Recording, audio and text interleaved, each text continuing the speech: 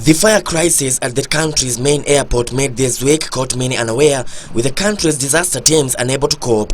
And as it still reels from its effects, authorities are yet to get down to establish how much was lost as a result of the inferno. If you look at the cost structure here, and I don't know whether KIA have got it because it's a joint job that we've done, although majority has been done by KIA, we do not have a cost as such at the moment. Advertising revenue, we've lost 60% of it because it was in the buildings, and we also lost revenue in terms of the concessions and the businesses that were operating. This despite media reports placing the loss at 300 million shillings. It took the Kenya Airports Authority approximately 7 hours after JKIA's closure posed by the fire to employ provisional plans to restore normalcy. According to reports, the last plane landed at around 7:30 a.m. on Wednesday morning before its closure following the fire incidents.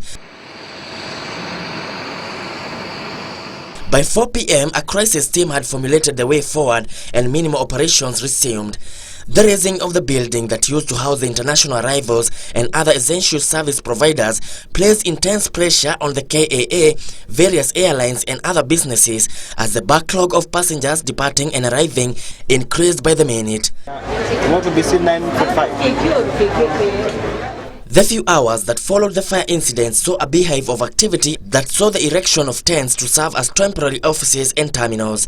Several passengers awaiting departure and those arriving were the main focus on Thursday and Friday, with various airlines stretching their abilities to clear the backlog of passengers. The situation was, however, different today. Kenya Airways had resumed 90% of its operations, and according to CEO Titus Naikoni, the airline was currently clearing the backlog of passengers, with Hong Kong having the highest number of stranded passengers at 492. We built up or converted our own cargo warehouse in the cargo center into domestic arrivals and departures. But on doing so, we realized that what we had set up for international departures was not enough.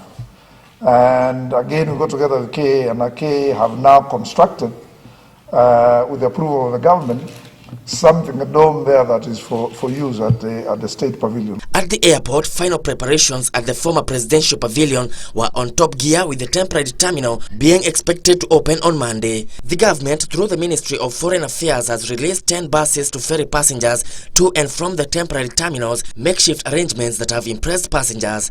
It's been amazing. It's been really good to be home. So good. Yeah, it's been great. It's been nice to see where she grew up and everything. Banks and other essential service providers have also put up temporary stations. Kenya Airports Authority has attributed the speedy recovery to cooperation among airport stakeholders and has assured passengers of safety. Kevin Wachira, Sunday Interactive News.